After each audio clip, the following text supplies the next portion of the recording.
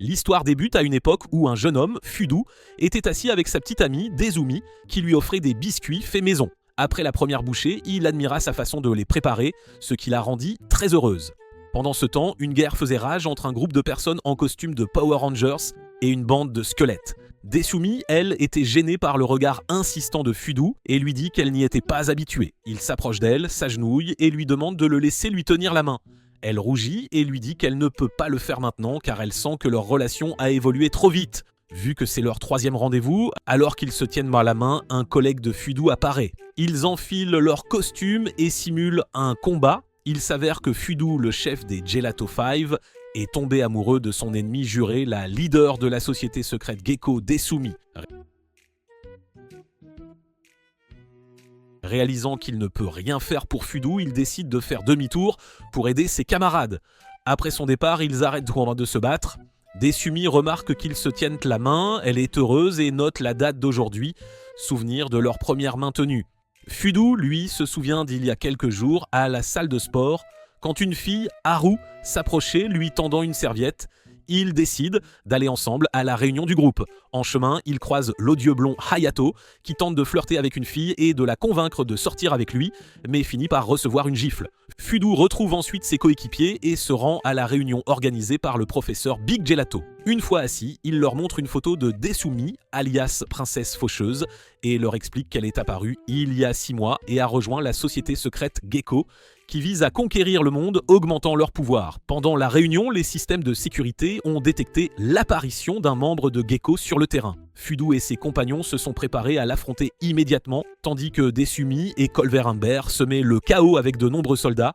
Les Gelato 5 sont apparus et se sont transformés en leur super forme. Colver Humbert attaqua et ordonna à ses partisans de se disperser, mais les Gelato 5 réussirent à les abattre un par un. Colver Humbert décida d'utiliser son propre pouvoir et Desumi sauta vers eux pour les surprendre avec une attaque fulgurante. Fudu la bloqua, ordonnant à ses camarades de s'occuper de l'ours pendant qu'il la retenait. Ils continuèrent donc d'échanger des attaques avec une force égale jusqu'à être interrompus par une forte explosion.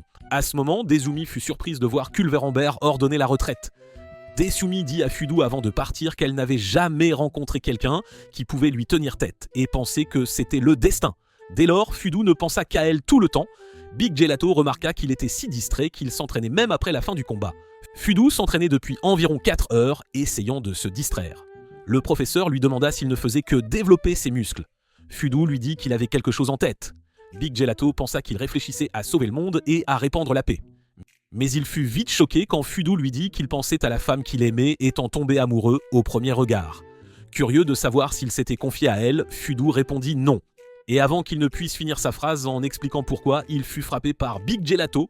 Le professeur pensa qu'il était réticent à révéler ses sentiments, croyant qu'un héros ne devrait pas tomber amoureux, et continua à l'encourager à avouer ses sentiments à sa petite amie sans connaître son identité, à la grande confusion de Fudu qui finit par se décider à avouer son amour à Desumi. Le soir, il alla retrouver Desumi dans un endroit désert. Quand elle pensa qu'il l'avait invitée pour continuer leur combat, elle fut choquée de l'entendre dire « Je t'aime » et ne put bouger ni montrer aucune réaction, tandis que Fudu lui disait qu'il était tombé amoureux d'elle au premier regard. Pensant qu'il devait être fou d'amour pour son ennemi, elle crut qu'il essayait de la piéger ainsi pour manipuler ses sentiments. Sans prévenir, elle l'attaqua sans pitié, tandis que Fudu tentait de lui expliquer en esquivant ses coups constants. Elle lui dit qu'il est impossible que quelqu'un l'aime à cause de sa réputation de faucheuse et des rumeurs selon lesquelles elle n'est qu'une machine à tuer sanguinaire. Mais elle est surprise qu'il sache déjà tout d'elle après l'avoir cherchée sur les réseaux sociaux. Il s'approcha d'elle après avoir bloqué son coup de la main et lui dit qu'elle n'était pas ce que les autres disaient, qu'elle était une vraie fille. Il s'agenouilla devant elle et dit qu'il était sûr que tout irait bien entre eux, puis lui demanda de devenir sa petite amie. Desumi fut hésitante au début, mais quand elle le regarda droit dans les yeux, elle réalisa qu'il était sérieux. Alors elle enleva sa capuche et lui dit qu'elle acceptait d'être sa petite amie, le prévenant qu'elle ne savait pas comment sortir avec quelqu'un. Le lendemain, ils finirent par s'asseoir dans un parc entouré d'arbres en fleurs. Alors qu'ils discutaient, Desumi parla spontanément de son chat. Fudu, surpris de ne pas connaître cette information malgré ses recherches, la vie lui montrait une photo du chat sur son téléphone et lui dire qu'il s'appelait Elko. Quand Fudu voit la photo, il remarque que Desumi se reflète dans le miroir derrière le chat et semble avoir fini de se baigner avant la photo. Cela le rend heureux et il lui dit qu'être avec elle le rend très très heureux. Elle se sent gênée avant de le prévenir qu'il devait garder leur relation secrète pour ne pas devenir la risée de tous et espère qu'ils pourront annoncer leur relation un jour. Fudu se lève pour la serrer dans ses bras, mais quand Misaki apparaît après avoir gravi la colline, il finit par se faire tabasser par Desumi avant de fuir tout en prétendant qu'il lui fera payer la prochaine fois. Il y a 6 mois, quand Desumi a fait ses débuts et a combattu les Gelato 5, elle s'est affrontée à Fudu. Ils ont continué à échanger des coups jusqu'à ce que Desumi réalise à quel point il était fort et décide de battre en retraite pour le moment. De nos jours, la bataille entre les deux groupes est télévisée par les médias, car chaque affrontement est considéré comme le facteur décisif pour l'avenir du monde. Comme d'habitude, Fudu et Desumi ont choisi de simuler un combat face à face, communiquant par télépathie pour ne pas se blesser. Ils continuèrent d'échanger des coups jusqu'à ce qu'ils décident de s'enfuir dans un endroit caché où personne ne les verrait, afin de passer des moments romantiques ensemble. Mais ils finirent par s'asseoir à une grande distance l'un de l'autre.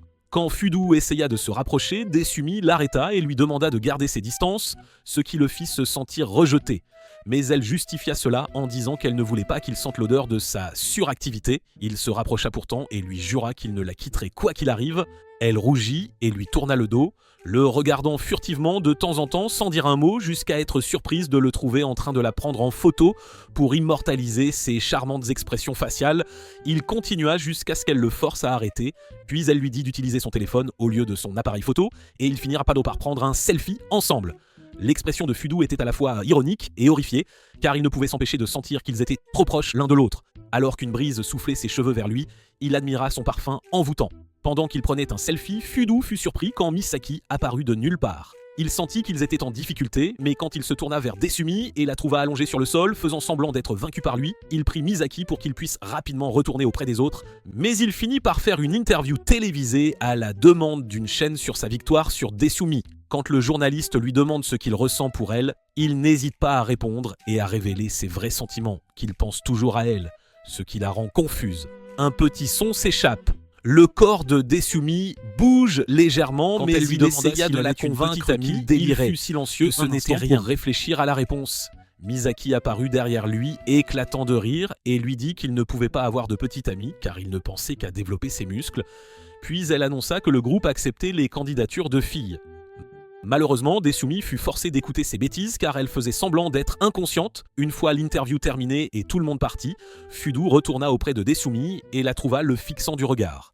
Il lui demanda si quelque chose n'allait pas et elle exprima son mécontentement à l'idée qu'il soit si populaire auprès des filles. Il lui dit qu'elle était la seule fille de sa vie, qu'il ne voulait personne d'autre et promit de tout faire pour elle. Elle lui demanda d'avoir un vrai rendez-vous avec elle car elle sentait qu'elle n'aurait jamais l'occasion de faire quelque chose comme ça, ce qui rendit Fudu choqué et hésitant. Mais il rassembla finalement son courage et lui dit de se retrouver demain à 5h au Central Park. Desumi était ravi et parti après avoir obtenu un vrai rendez-vous de sa part, tandis que Fudu resta là comme un idiot sans savoir quoi faire pour un rendez-vous. Le soir, il retourna dans sa chambre et chercha sur internet des conseils et astuces pour les rendez-vous. Il finit par être confus après avoir découvert qu'il y avait tant d'options à apprécier et à expérimenter lors d'un rendez-vous et sentit qu'il ne pourrait pas prendre de décision avant le lendemain.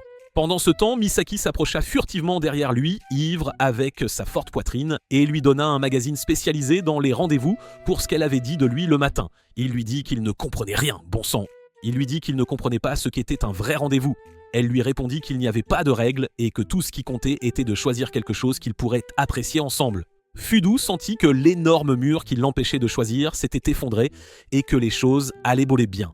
Le lendemain, Fudu se rendit à Central Park et attendit l'arrivée de Desumi. Il sentit que son plan de déguisement avait fonctionné, car personne ne l'avait reconnu, ce qui signifiait que leur rendez-vous se déroulerait sans accroc. Quelques minutes plus tard, il fut surpris de voir Desumi porter des vêtements simples et délicats pour la première fois. Elle lui dit que sortir pour un rendez-vous formel comme celui-ci la rendait un peu timide et admira son apparence malgré son déguisement. Quand elle lui demanda ce qu'ils allaient faire aujourd'hui, il lui répondit qu'il avait déjà préparé un plan de rendez-vous. Ils finirent par aller à la salle de sport comme premier lieu de leur rendez-vous et s'entraînèrent sans prêter attention à personne, continuant à s'exercer sur différentes machines jusqu'à ce qu'ils soient fatigués. Le soir, ils allèrent de faire du jogging ensemble. Fudu pensa qu'il avait réussi à créer un plan de rendez-vous parfait puisque le dénominateur commun était l'exercice et il sentit à quel point c'était amusant de pratiquer les mêmes habitudes qu'il faisait seul avec quelqu'un d'autre. À la fin de la journée, il décida d'emmener Desumi dîner et lui dit qu'il voulait discuter de quelque chose avec elle. Desumi pensa qu'il l'emmenait dans un restaurant chic, mais il s'avéra que le dîner qu'il avait en tête était des barres protéinées pour reconstituer l'énergie dépensée pendant leur entraînement. Pendant qu'il lui parlait, Desumi dut aller aux toilettes. Après son départ, il sentit que les choses allaient assez bien et était excité de l'emmener au musée d'anatomie humaine après les barres protéinées. Puis il reçut un appel de Misaki et fut surpris quand elle lui dit d'oublier tout ce qu'elle lui avait dit la veille sur les rendez-vous, car elle était ivre. Elle lui dit ensuite qu'il y a des règles pour les rendez-vous et il est choqué que tout ce qu'il ait fait soit l'opposé des vraies règles. Après que Misaki ait raccroché, il réalisa qu'il avait fait beaucoup de grosses erreurs et que c'est pourquoi Desumi n'était pas encore revenu. Il se mit alors à la chercher, voulant s'excuser auprès d'elle du fond du cœur et promit d'élaborer un plan de rendez-vous qui l'impressionnerait la prochaine fois. Quand il ne la trouva nulle part, il se sentit frustré et était sur le point de pleurer, mais elle apparut juste à temps, elle était allée chercher des boissons et s'était retrouvée coincée. Quand il la trouva continuant à lui parler en mangeant des barres protéinées, sans aucune expression négative, il ne pouvait pas croire qu'elle appréciait vraiment ce rendez-vous. Quand il lui demanda si elle était heureuse avec lui, elle fut confuse et lui dit qu'il agissait étrangement ces derniers temps. Il n'eut d'autre choix que de lui avouer ce qui s'était passé entre hier et aujourd'hui et qu'il ne savait pas qu'il y avait certaines règles pour un rendez-vous. Cela la fit éclater de rire. Elle lui dit qu'elle n'était pas en colère, mais qu'elle était assez heureuse de savoir qu'il s'était donné la peine d'élaborer un plan de rendez-vous pour elle. Puis elle dit qu'elle était heureuse d'être avec lui même si le monde pouvait être contre et qu'elle ne se souciait pas de ce que les autres pensaient d'eux. Et quand elle le regarda droit dans les yeux, il eut le même sentiment que lorsqu'il l'avait vu pour la première fois et il n'hésita pas à lui prendre la main. Ils se rapprochèrent progressivement l'un de l'autre jusqu'à être sur le point de s'embrasser. Mais malheureusement, ils reçurent chacun un appel téléphonique et durent mettre fin à la journée et se séparer. Pendant ce temps, les Gelato 5 se préparaient à affronter le groupe de Gecko dans un endroit isolé après que Culver Humber ait mobilisé son armée et décidé de se venger. Alors que les deux camps commençaient à s'affronter, Fudu et Desumi restèrent là à se regarder, à la grande confusion du reste du groupe. 2 semaines plus tard, Big Gelato joue au Uno avec Misaki et constate que les Gecko se font discrets, évitant le combat direct. Pendant ce temps, Fudu s'entraîne, soulagé par cette paix. Ne voulant plus se battre, mais il devient vite frustré quand il réalise que cela signifie qu'il ne verra pas Desumi. Fudu reste éveillé toute la nuit, souffrant d'insomnie depuis que les équipes ont cessé de se battre. Big Gelato apprend que des preuves d'une nouvelle arme ont été détectées au quartier général de Gecko et les Gelato 5 sont chargés d'une mission de piratage pour détruire l'appareil. Big Gelato sentit qu'il était dans une situation difficile en raison du manque d'une équipe complète et constata que les seuls disponibles pour mener à bien la mission étaient Fudu et Misaki. Fudu n'hésita pas à prendre la décision de mener à bien la mission de piratage sans penser aux conséquences ni aux dangers. Dangereuse serait la mission car il voulait voir Desumi à tout prix. Il enfila ensuite son costume et quitta immédiatement le quartier général. Pendant ce temps, Desumi souffrait de symptômes de manque à force de ne pas voir Fudu depuis longtemps, ce qui fit penser aux autres qu'elle était de mauvaise humeur et qu'elle s'en prendrait à quiconque se mettrait en travers de son chemin.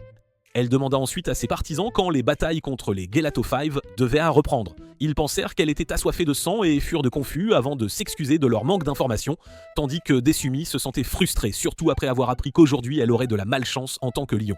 Alors qu'elle se promenait, Culver Humber apparut devant elle pour lui dire qu'il avait enfin de nouvelles armes, des canons qu'il portait sur son dos, et jura de les utiliser pour détruire les héros de Gelato. Quand il remarqua qu'elle portait un sac, il pensa qu'elle transportait quelque chose de dangereux, mais tout ce qu'elle avait, c'était son maquillage et son téléphone portable. Après que l'ours ait continué son chemin, elle resta assise, se demandant si elle était inapte au rendez-vous et à une vie normale à cause de sa nature.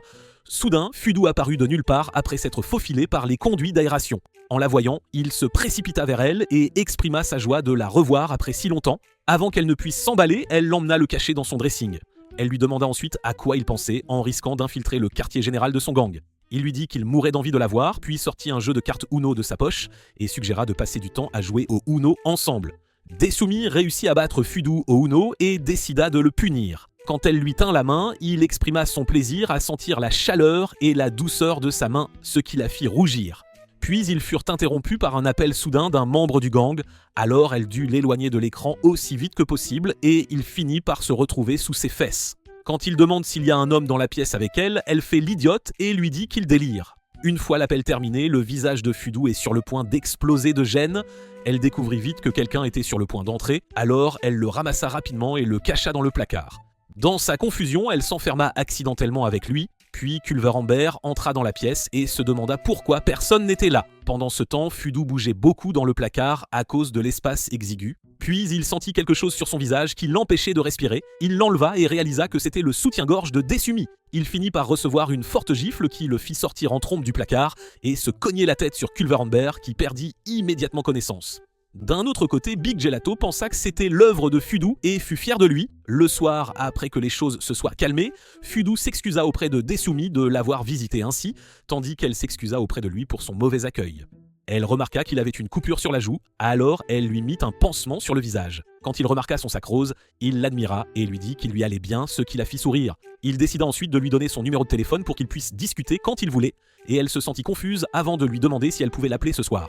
Desumi rentra chez elle le soir et s'assit pour se motiver à l'appeler afin de s'assurer qu'il était bien rentré. Elle fut choquée quand elle entendit la voix de sa mère et l'entendit venir lui prendre le combiné, réalisant qu'il lui avait donné son numéro de téléphone fixe, pas son portable. Le lendemain, Culver Amber réparait l'extérieur du quartier général du gang quand il reçut l'ordre d'aller à la salle de conférence pour une réunion d'urgence et finit par détruire l'extérieur au lieu de le réparer. Ensuite, tout le monde assista à la réunion sous la direction de Bossler, qui leur dit que la naissance du summum du mal qu'ils supervisent est à portée de main grâce à leurs efforts récents, car le groupe de Gecko utilise les émotions négatives des humains comme source d'énergie pour créer de nouveaux monstres. Quand ce fut le tour de Desumi de présenter sa proposition, elle suggéra plusieurs choses, mais Bossler les rejeta toutes. Il fut ensuite furieux qu'aucun d'entre eux n'ait de proposition significative. Culver Amber rejoignit ensuite Desumi en suggérant que le parc d'attractions, habituellement rempli de gens désespérés, devrait être ciblé. Bossler accepta de cibler le parc d'attractions.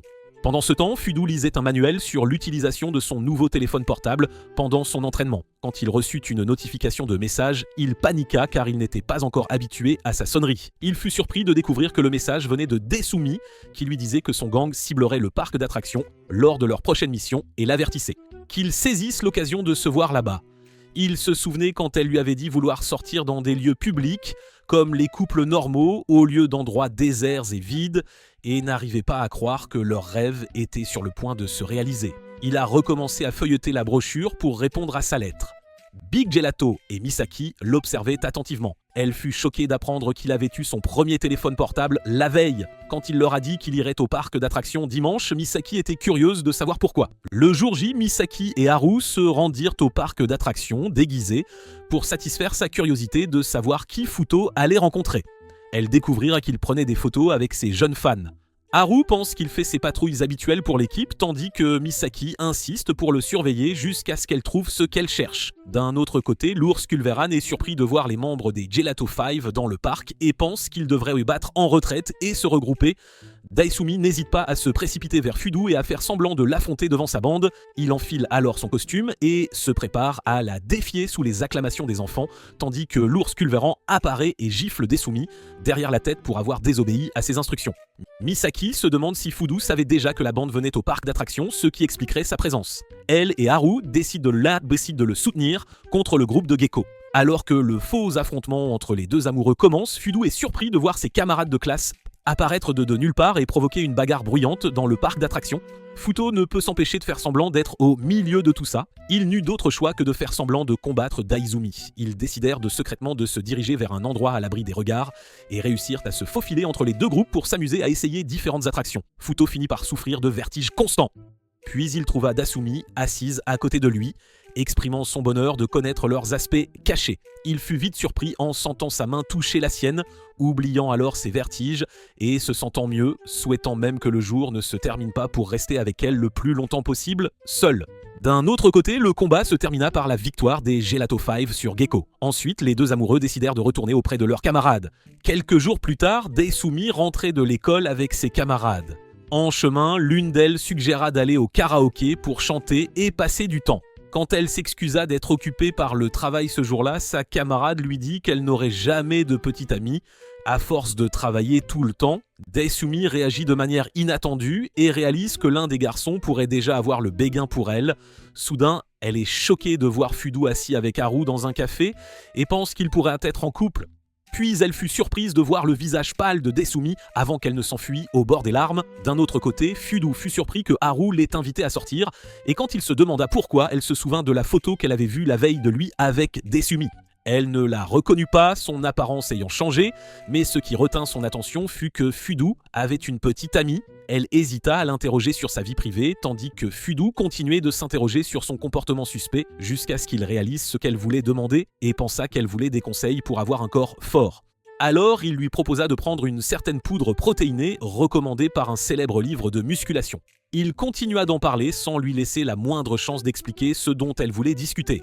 Il lui expliqua les informations du livre sur les exercices qui aident à renforcer le corps.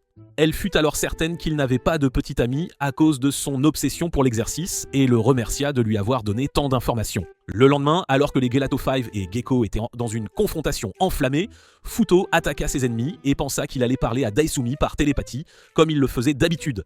Mais il fut choqué quand son visage reçut un coup de pied retentissant de sa part. Au début, il pensa que c'était sa faute à cause de son impulsivité et lui dit qu'il devrait coordonner leurs mouvements. Mais elle ne l'écouta pas, sortit son arme et commença à le frapper. C'est là qu'il réalisa qu'il y avait quelque chose qui n'allait pas. Elle le combattait sérieusement et refusait de l'écouter. Puis il fut surpris de voir une technique que Dazumi n'avait jamais utilisée auparavant en combat, et il finit par s'envoler après que sa tempête l'eut emporté. Quand il fut seul avec elle, il voulut l'approcher pour la prévenir de ne pas utiliser un mouvement qu'elle ne maîtrisait pas bien, mais elle continua de l'attaquer sans s'arrêter et lui dit qu'elle l'avait vu au café avec Haru la veille, et elle lui répéta qu'elle l'avait vu au café avec Haru. Il réalise que c'est ce qui la met en colère contre lui, alors il essaie d'expliquer le malentendu et que Haru voulait lui poser des questions sur la musculation. Elle lui dit qu'elle est sûre qu'il ne penserait jamais à la tromper, mais elle est devenue jalouse en les voyant ensemble, ce qui lui a fait penser qu'il ne devrait peut-être pas être avec une criminelle comme elle. Il lui dit que ce n'était pas vrai car il ne voulait pas d'autres femmes.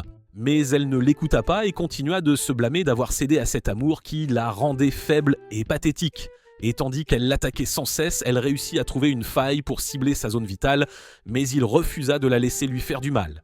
Futo la prend involontairement dans ses bras et lui dit qu'il l'aime et l'aimera pour le reste de sa vie et qu'il ne pensera jamais à personne d'autre.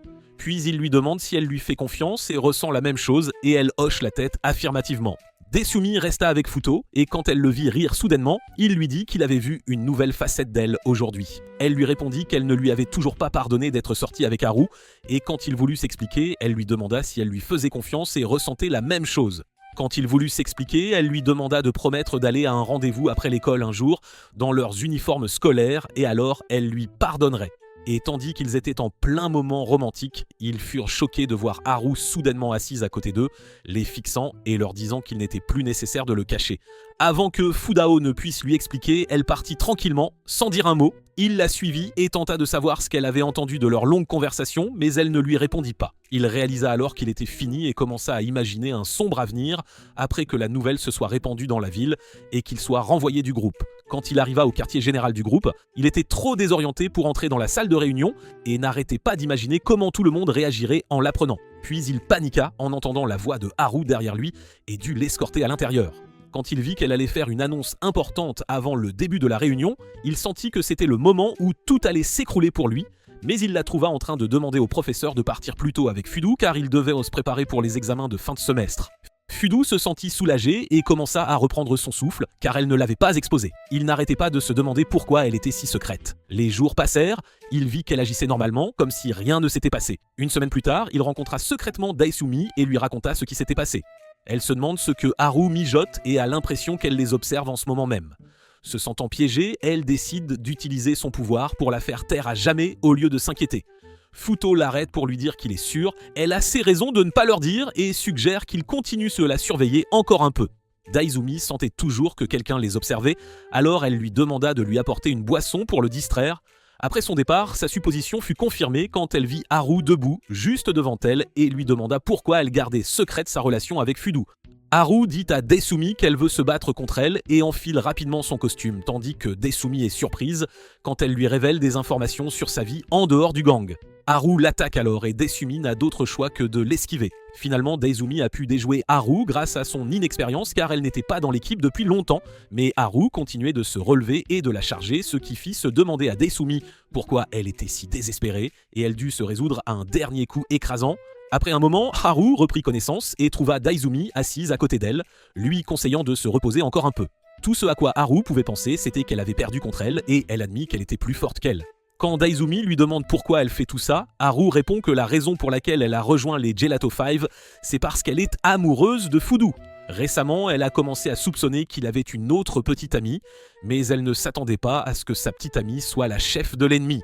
Daisumi comprend pourquoi Haru la déteste, puis Haru lui dit qu'elle la connaissait avant de savoir qu'elle était la chef de Gekko. En effet, Daisumi l'avait autrefois sauvée d'un groupe de harceleurs qui l'avaient importunée, et avant de partir, elle lui avait dit d'être forte. Elle ajouta ensuite qu'elle pensait pouvoir lui voler Fudo après qu'elle soit devenue faible par amour, mais qu'elle réalisait maintenant à quel point elle était forte auparavant. Et quand Daisumi lui dit qu'elle aurait pu détruire leur relation sans la confronter, elle répondit qu'en voyant Fudo sourire d'une manière qu'elle n'avait jamais vue, elle sentit qu'elle n'avait aucun droit de voler leur bonheur. Daisumi la serra dans ses bras et elles finirent par pleurer ensemble. Après un moment, Fudo revint en courant et s'excusa de ne pas avoir trouvé la boisson qu'elle avait demandée et fut surpris de voir Haru dormir sur sa jambe. Daizumi lui fit signe de se taire pour ne pas la réveiller et se demanda si elle avait tenu sa promesse et l'avait fait taire pour de bon, comme elle l'avait affirmé. Ensuite, tous les trois rentrèrent chez eux et avant que Haru ne se sépare d'eux, elle leur dit qu'elle les soutiendrait de tout cœur, puis s'approcha de Daisumi et lui murmura qu'elle pourrait le lui reprendre si l'occasion se présentait à nouveau. Quelques jours plus tard, Baslar rencontre les membres de Gekill pour évaluer leur travail sur la période écoulée. L'équipe classée première, selon les statistiques, est celle de Daisumi, loin devant la deuxième place en termes de points, et tandis que tout le monde loue sa performance et son palmarès de combat, elle n'a aucune idée de ce qu'elle a fait pour mériter la première place. La deuxième, Kiki, était furieuse. Elle refusa de reconnaître la supériorité de Daisumi, la défia en duel et quitta la réunion en colère. Pendant la pause, Daisumi l'entendit jurer qu'elle prendrait la première place la prochaine fois.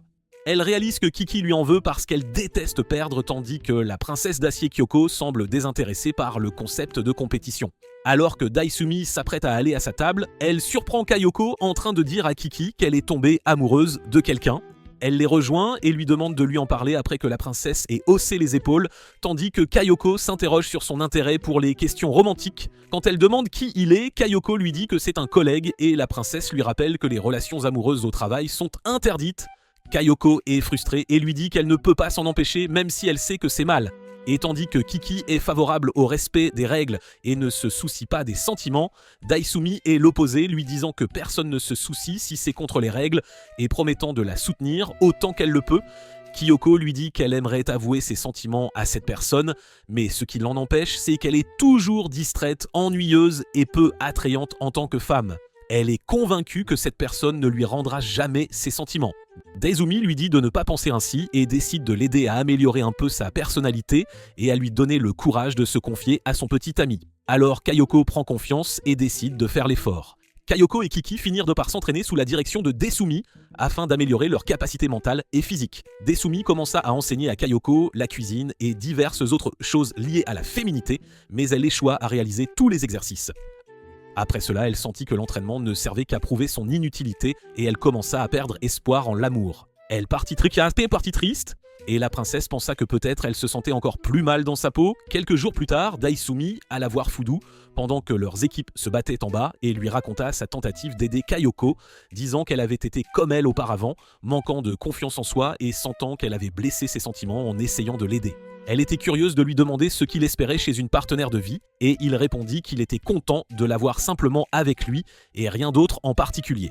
Mais elle n'accepta pas cette réponse et lui demanda s'il voulait qu'elle devienne une bonne cuisinière. Il lui dit qu'il l'aimait telle qu'elle était, ce qui la rendit à la fois embarrassée et heureuse, et elle se considéra comme une fille chanceuse.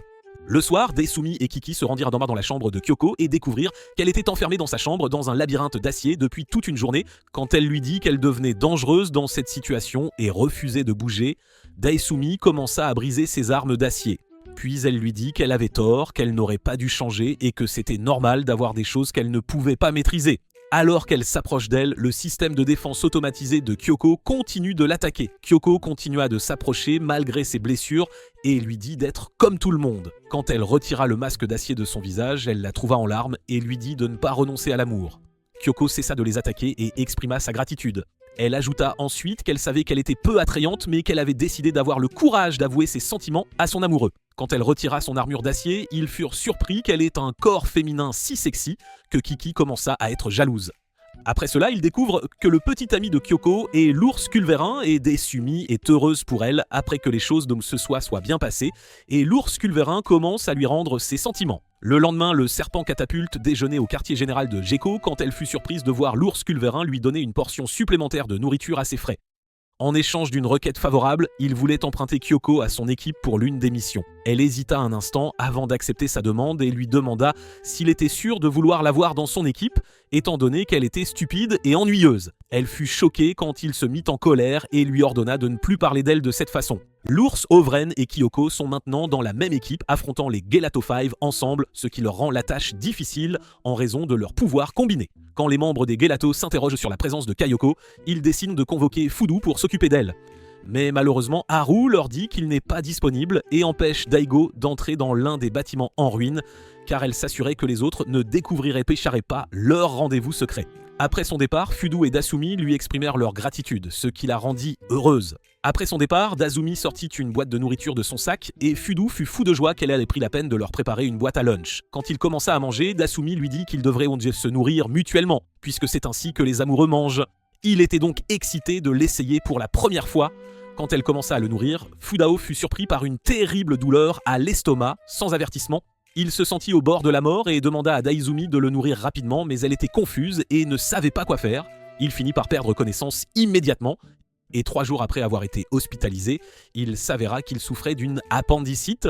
Futo s'excusa auprès de ses coéquipiers d'avoir causé des problèmes au milieu d'une bataille sanglante, mais Big Gelato lui dit de ne pas s'en inquiéter et de se reposer. Misaki lui éplucha des pommes, et quand elle commença à le nourrir, il se souvint du moment qu'il était sur le point de vivre avec Desumi. N'eût été sa maladie soudaine et hésita à ce que Misaki soit la première femme à le nourrir. Haru le réalise et se précipite vers elle pour le manger à la place, à la surprise générale. Après leur départ, Futo s'endort et se réveille au son d'une voix féminine qui veut le nourrir. Un instant, il pense que c'est Daisumi, mais il est choqué de découvrir que c'est sa mère. Elle lui dit ensuite qu'elle lui avait apporté des vêtements, puis elle partit sortir avec ses amis, après s'être assurée qu'il allait bien. Quand il fut seul, il pensa à s'entraîner un moment pour s'amuser et fut surpris en entendant la voix de Daisumi lui disant de ne rien faire de stupide. Elle lui dit qu'elle voulait le voir dans cette situation inhabituelle après avoir su qu'il sortirait de l'hôpital demain. Il lui répondit qu'il ne mourrait pas avant qu'elle ne le nourrisse et elle se sentit embarrassée. Quand elle remarqua l'assiette de pommes à côté de son lit, elle ferma les rideaux et grimpa sur le lit pour le nourrir sans que personne ne les interrompe et les deux amoureux eurent enfin leur moment romantique ensemble. Fudu exprima alors son bonheur et lui dit qu'il n'avait pas goûté une nourriture aussi bonne depuis la nuit des temps. Avant qu'il ne puisse commencer à l'embrasser, sa mère les interrompit après être revenue pour lui dire que son père rentrait demain avec son camion. Voyant Daizumi, elle ne prit pas la peine de les poser sur le lit et lui dit qu'elle était sur le point de jouer au volleyball avec son équipe féminine, mais qu'elle manquait de joueuses et lui demanda de les rejoindre. Avant qu'elle ne puisse obtenir une réponse, Daisumi finit par être entraîné dans un match de volleyball après que sa mère l'ait tiré hors de la pièce. Après que Fudu se soit rétabli, il part en rendez-vous avec Daisumi dans une forêt pendant que leurs équipes se battent. Quand il lui demande s'il y a quelque chose qu'elle aimerait faire ensemble en tant que couple d'été, elle fait défiler son téléphone à la recherche d'une idée jusqu'à ce qu'elle décide de faire un voyage à la plage ensemble, et Fudu est choqué quand il réalise qu'il va la voir en maillot de bain. Après que Daisumi soit revenu à Charmagne, au quartier général du gang, Kiki remarqua une aura sombre émanant d'elle, même pendant qu'elle déjeunait, et pensa que quelqu'un l'avait provoquée. Mais finalement, elle réalisa qu'elle était juste distraite. Kiki s'assit avec elle et lui demanda pourquoi elle avait pris du retard, alors qu'elle était la membre la plus féroce de Gecko, ce qu'elle aimait, et quand elle lui demanda pourquoi elle avait rejoint le gang au départ, elle lui répondit simplement que c'était sa famille qui l'avait inscrite. Kiki lui dit que l'examen d'entrée n'était pas facile. Et quand Daizumi se rappela ce qu'elle avait fait à l'époque avec ses capacités physiques surhumaines, elle lui dit qu'elle avait juste fait de son mieux, ce qui lui avait valu un rôle de leader au sein du groupe. La princesse réalise pourquoi Dasumi ne prenait pas cela au sérieux, car elle ne voulait pas rejoindre le groupe de son plein gré. Et Dasumi suggère qu'ils ciblent la zone de la plage pour leur prochaine attaque. Pendant qu'elle parlait, tous les membres furent appelés à une réunion d'urgence. Piki était sur le point de partir, elle trouva Daisumi, toujours assise en train de manger, et la traîna derrière elle. Quand tout le monde arriva à la salle de réunion, Bossler les informa de sa décision de créer un monstre et de fonder un nouveau escadron militaire. Et puis, à la surprise générale, Daisumi a annoncé qu'il allait créer un monstre et un nouvel escadron militaire.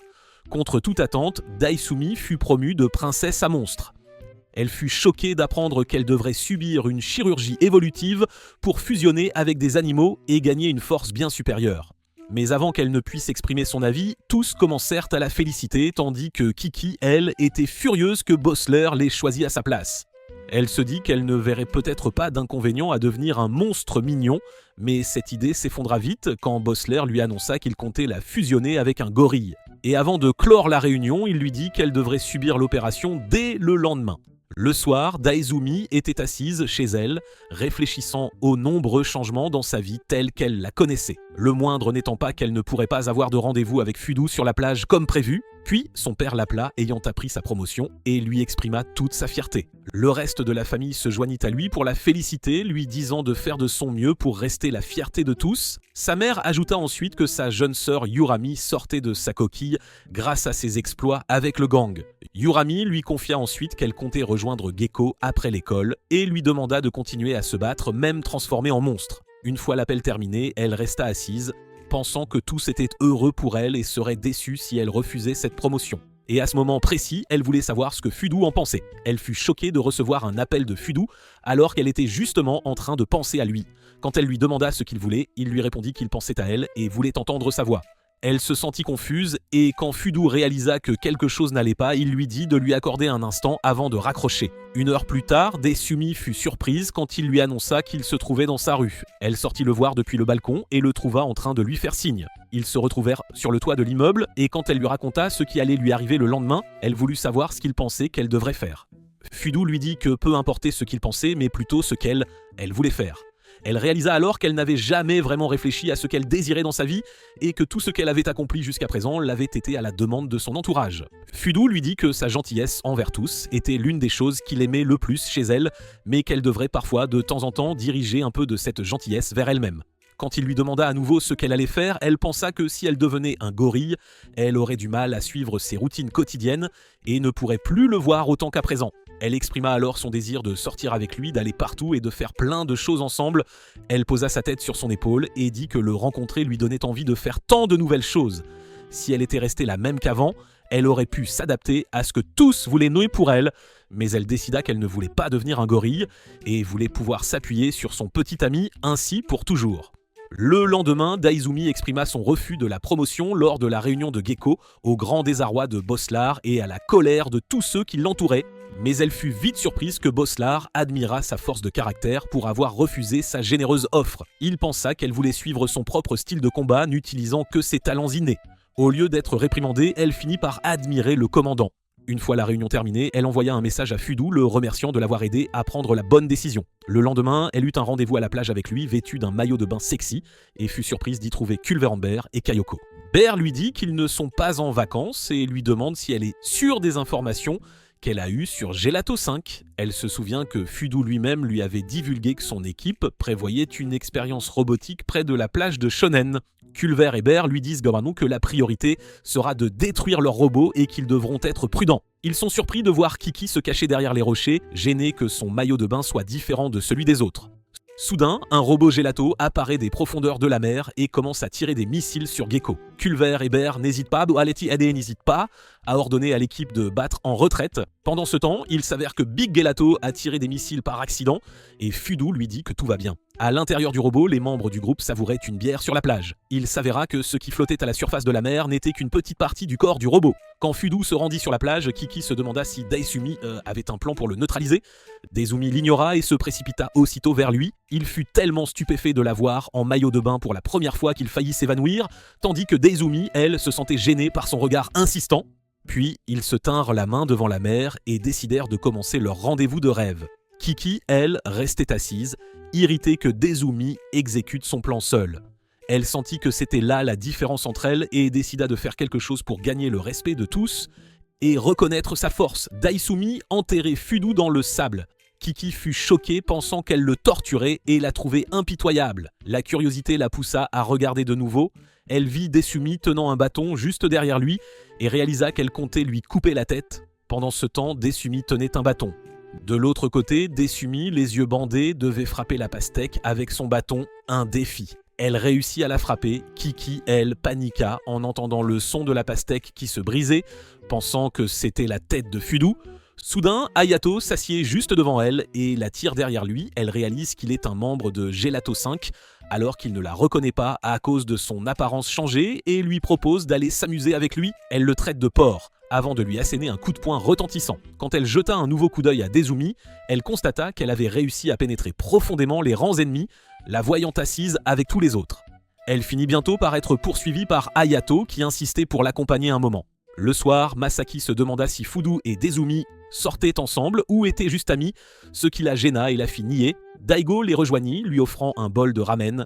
Ils s'assirent tous pour dîner, regardant les feux d'artifice créés par le nouveau robot Gelato. Fudu et Dezumi étaient très heureux ensemble, puis Misaki s'approcha d'elle et la remercia d'avoir aidé Fudu à devenir une meilleure personne, à révéler davantage de lui-même. Ensuite, Daigo et Haru les rejoignirent, apportant des feux d'artifice. Tous célébrèrent ensemble en les allumant. Desumi se sentit reconnaissante envers Fudu car elle vivait de si beaux jours depuis leur rencontre. Pendant ce temps, Kiki réussit enfin à échapper à Hayato. Elle voit Desumi marcher vers elle, rayonnante de bonheur, et réalise qu'elle est de bonne humeur après avoir terminé sa mission. Mais elle est choquée quand elle voit le robot provoquer une forte explosion, pensant que c'est elle qui l'a fait sauter. Daigo prépare un repas pour Fudu pour son quart de nuit. En s'approchant, il le trouve en train d'écrire une note d'échange pour la fille qu'il a vue avec lui. Quand Fudu réalise qu'il ne les connaît pas, il lui dit que son nom est Desumi. Daigo s'effondre en entendant ce nom, réalisant qu'elle est la faucheuse de Gecko. Après cela, Fudu l'emmène à l'infirmerie. Quand il reprend conscience, il lui demande s'il connaît Desumi. Il répond qu'elle est le monstre qu'il a créé par le passé. Fudu s'enthousiasme en réalisant qu'il la connaît depuis l'enfance et veut qu'il lui raconte tout sur elle. Daigo le prévient que c'est une histoire terrifiante et qu'il vaut mieux ne pas la remettre en question s'il n'est pas prêt à entendre ce qu'il a à dire. Mais Fudu insiste pour en savoir plus. Alors Daigo lui raconte que tout a commencé le jour où Fukuoka est devenu le foyer d'un vrai démon, il y a 10 ans. Daigo raconta ensuite qu'à l'époque, il était encore collégien et avait le talent de devenir le meilleur karatéka. Il rejoignit une école réputée pour s'entraîner. Comme personne ne pouvait égaler sa force à ce moment-là, il pensait être le meilleur de toute la préfecture. Jusqu'à ce que Dezumi le rejoigne à l'école de karaté. L'instructeur lui demanda de s'occuper d'elle, il alla donc vers elle et lui dit de lancer un coup de poing pour évaluer sa force en vue de l'entraînement. Il fut choqué de recevoir un coup de poing si écrasant qu'il en eut le souffle coupé, au point de croire qu'il allait mourir de douleur. L'idée qu'il était le meilleur et le plus fort en karaté s'effondra devant lui après ce coup de poing. Bien qu'il ne puisse pas se tenir devant elle à cause de la douleur, il prétendit que son coup n'était pas si terrible. Après son premier jour, Daigo attribua la force de son coup à la chance, une simple coïncidence. Le lendemain, Daigo fut surpris par la décision de l'entraîneur de fermer l'école. Il avait reçu d'horribles ecchymoses au visage après avoir été vaincu par Desumi, ce qui le fit se considérer comme un échec. Alors Daigo alla la voir et la trouva assise seule, triste, après avoir appris la fermeture de l'école. Desumi se sentait maudite car tout ce qu'elle appréciait disparaissait toujours. Daigo décida de l'entraîner lui-même à partir de ce jour. Et dès lors, il finit par se faire battre par elle jour après jour. Bien qu'il continuât de prétendre être plus fort qu'elle pour sauver la face. Cela enflamma l'enthousiasme de Desumi à renforcer sa force pour atteindre son niveau, tandis que Daigo travaillait d'arrache-pied pour s'améliorer afin de ne pas finir mort à cause d'elle. Au fil des jours, Desumi dut faire face à des voyous dans le quartier après que des rumeurs se furent répandues à son sujet, ce qui amena les gens à l'appeler la faucheuse de leur ville. Lors du dernier hiver de lycée de Daigo, ses parents se séparèrent et il dut déménager à Tokyo. Avant de partir, il décida qu'il devait affronter Desumi et la battre dans un combat final. Il pensa qu'il pourrait enfin la vaincre après avoir consacré son temps et ses efforts à un entraînement intensif pour ce jour. Il décida d'en finir avec le monstre qu'il avait lui-même créé. 2 minutes après le début du combat, il fut mis KO comme une poupée de chiffon et dut lui dire adieu dans une défaite écrasante. Elle lui promit d'utiliser toute sa puissance la prochaine fois qu'il se verrait, ce qui le terrifia. Après cela, il voyagea à Tokyo, il fut découvert comme un héros et finit par devenir un membre de Gelato 5. Après avoir fini de raconter ses souvenirs, il se sentit pathétique d'avoir peur de tels souvenirs. Il ne pouvait pas croire qu'elle était à Tokyo en ce moment et se demanda pourquoi elle était venue. Fudu réalise qu'il ne l'a pas reconnue en tant que Gecko, tandis que Daigo, lui, réalise qu'elle ne l'a peut-être pas reconnue au barbecue hier. Il décide d'essayer de la convaincre de rejoindre leur équipe. Il dit à Fudu qu'il doit rompre avec elle puisque les règles interdisent les relations amoureuses entre les membres du personnel. Bien qu'il ait peur à l'idée de lui parler, il décide de le faire pour assurer la sécurité du monde. Le lendemain, Daigo accompagne Fudu pour rencontrer Desumi afin d'en apprendre plus sur elle. Il a du mal à cacher sa peur, son corps tremble et il ne peut même pas boire son thé devant elle. Il fut choqué quand elle lui demanda de l'entraîner à nouveau comme avant. Fudu le sauva juste à temps, lui disant qu'il était un homme occupé et ne pouvait pas satisfaire sa demande. Mais il gâcha vite tout quand elle lui demanda s'il pouvait l'entraîner pendant son temps libre. Quand elle va chercher à boire, Daigo s'effondre sur la table et lui dit qu'un traumatisme ne s'oublie pas facilement. Il est curieux de la nature de leur relation d'amoureux et si elle ne le traite pas durement ou ne le menace pas pour obtenir ce qu'elle veut, Fudu lui dit qu'il peut être sûr d'une chose, il l'aime de tout son cœur. Desumi revient justement à ce moment-là, ce qui la fait rougir et agir étrangement confuse. Il essaie ensuite de la nourrir du gâteau qu'elle a apporté, mais elle refuse de manger de sa fourchette pour ne pas que ce soit un baiser indirect. Daigo s'émerveille de son comportement suspect, qui ne correspond pas à sa force. Il décida ensuite d'aller droit au but et de lui proposer de rejoindre Gelato 5 pour utiliser son pouvoir et sauver le monde. Desumi était excité par l'idée car cela lui permettrait d'être proche de Fudu tout le temps et de sortir en public sans crainte de la société. Mais elle se souvint alors qu'elle avait déjà des collègues, des amis et une famille qui avaient de grands espoirs pour elle. Elle dut donc refuser son offre et lui dit qu'elle était heureuse là où elle était, manquant de peu de mentionner le nom de son organisation, mais Fudu la corrigea rapidement. Daigo sentit un changement drastique en elle.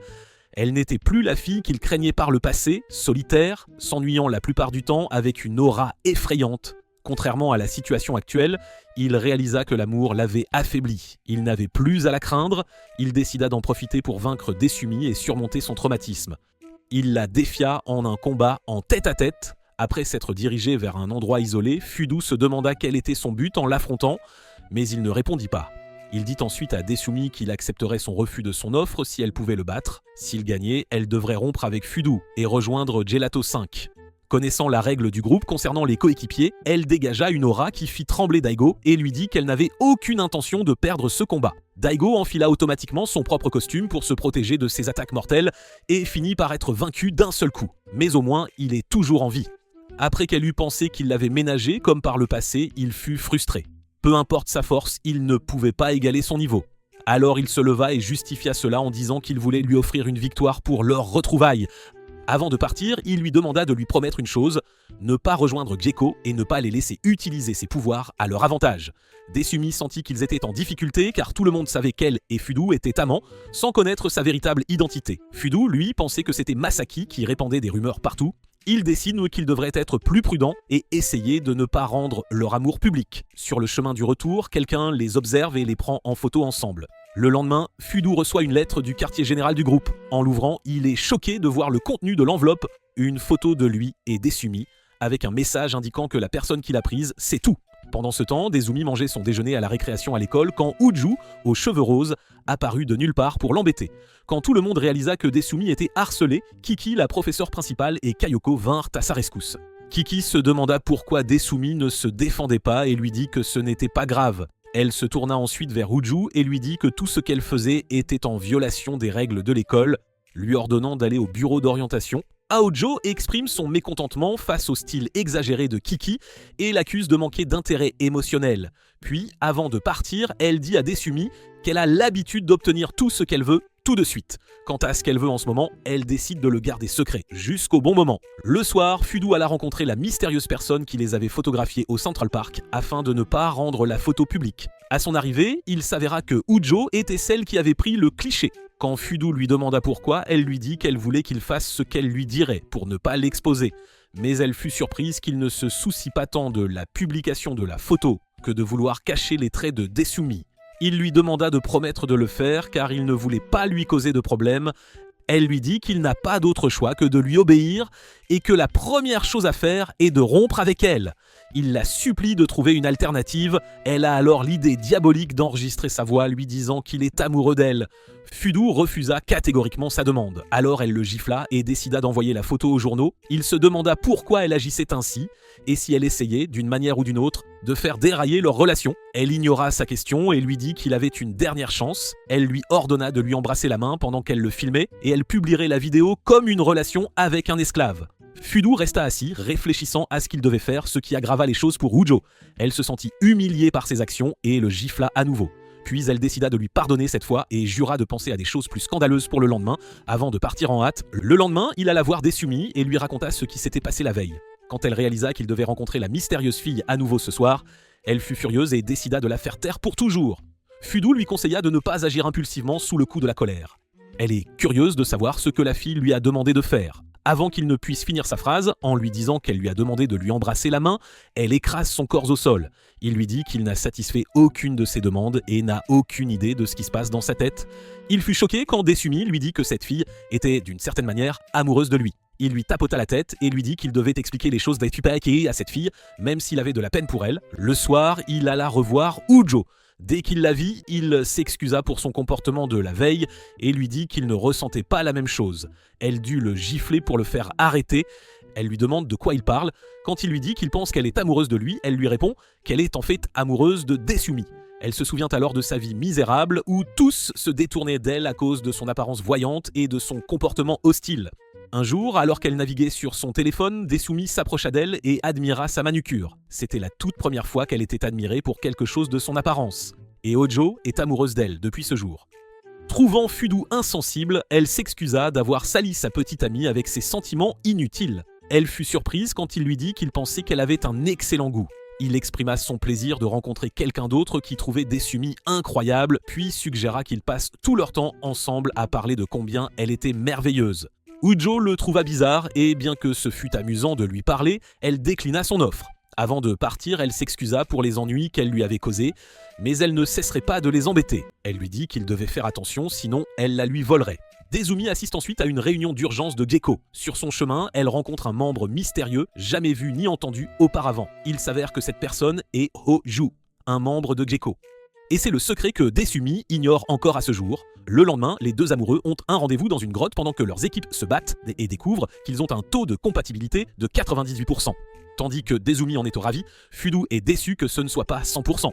Haru les interrompt pour interroger Desumi sur les projets de sa bande pour le lendemain. Desumi lui révèle que leur chef ne sera pas là, donc elles seront en congé, et elle demande à Fudu de l'aider à réviser pour demain. Desumi se demandait si Fudu était vraiment un si bon élève, et Haru lui a affirmé qu'il figurait dans le top 10, bien loin de ce que son apparence laissait deviner. Fudu a alors envisagé une séance d'études intensive le lendemain avec Desumi, qui lui a proposé de venir chez elle pour travailler. Le lendemain, Fudu et Haru se retrouvent au sein du dortoir Gekko, ce qui met Haru très mal à l'aise, tandis que Fudu, lui, est curieux de découvrir la chambre de Desumi. Desumi lui tend alors un costume de membre du gang pour qu'elle puisse se déguiser et rester incognito. Une fois leurs déguisements enfilés, ils purent pénétrer aisément dans le dortoir jusqu'à atteindre la chambre de Desumi. Fudu eut l'impression d'être arrivé en Terre Sainte, s'assit, admirant chaque détail et savourant son parfum jusqu'à ce qu'une retentissante gifle de Elko le ramène brutalement à la réalité. Ensuite, tous les trois se mirent à étudier ensemble. Lorsque Desumi ouvrit son livre, un morceau de papier en tomba que Fudu ramassa. En le regardant, il fut stupéfait de découvrir que Desumi était en réalité une major de promotion et il se demanda bien pourquoi elle tenait tant à étudier avec eux. Desumi, toute confuse, cherchait désespérément une excuse, jusqu'à ce qu'elle ne puisse s'empêcher d'avouer qu'elle voulait simplement étudier avec eux, sans raison particulière. Pendant ce temps, Haru se sentait frustré d'être la seule élève à avoir des difficultés scolaires. Desumi, déguisé en professeur d'école, rejoignit Fudu, et ils décidèrent d'enseigner à Haru. Alors qu'elle résolvait les exercices, Fudu décela plusieurs erreurs dans ses réponses et tenta de les corriger sans lui fournir la solution de manière directe. Mais cela ne fit qu'aggraver la difficulté pour Haru car il s'obstinait à expliquer les problèmes en prenant des muscles pour exemple. Desumi intervint pour tenter de sauver la situation, expliquant à Haru qu'il suffisait d'avoir de l'esprit pour résoudre les problèmes mathématiques. Haru, au final, souffrit de performances scolaires encore plus médiocres qu'auparavant, réalisant qu'ils étaient comme les pires professeurs qu'un élève puisse jamais rencontrer. Elle décida donc de partir une fois le temps écoulé, mais avant cela, elle leur dit qu'ils avaient une chance inouïe, car de nombreuses options s'offriraient à eux une fois à l'université. Après son départ, la situation devint étrangement gênante entre les deux amoureux qui se retrouvaient désormais seuls dans une pièce en compagnie d'un chat. Fudu, remarquant la distraction de Desumi, s'interrogea sur la raison. Elle lui confia qu'elle réfléchissait aux paroles de Haru. Quand elle lui demanda s'il comptait aller à l'université, il lui répondit qu'il envisageait de se lancer dans l'enseignement afin de devenir un jour professeur, transmettre son savoir aux enfants et être un véritable héros pour ses élèves. Desumi eut alors l'envie d'intégrer la même université que lui confiant qu'elle souhaitait le voir réaliser son rêve. Fudu lui promit de faire de son mieux pour convaincre ses parents si la situation l'exigeait, lui assurant que même quelqu'un comme lui pouvait devenir un héros et qu'aucun objectif n'était trop ardu à atteindre. Ils furent interrompus par un coup frappé à la porte. Lorsque Desumi alla voir qui c'était, ils furent stupéfaits de découvrir son père, accompagné de sa sœur Yurami qui se tenait là, venue lui rendre visite et prendre de ses nouvelles, les plaçant tous deux dans une situation des plus délicates. Fudu finit par enfiler un déguisement de membre Gekko pour échapper à la détection devant le père et la sœur de Desumi. Quand Yurami l'interroge à son sujet, Desumi répond qu'il s'agit juste d'une connaissance.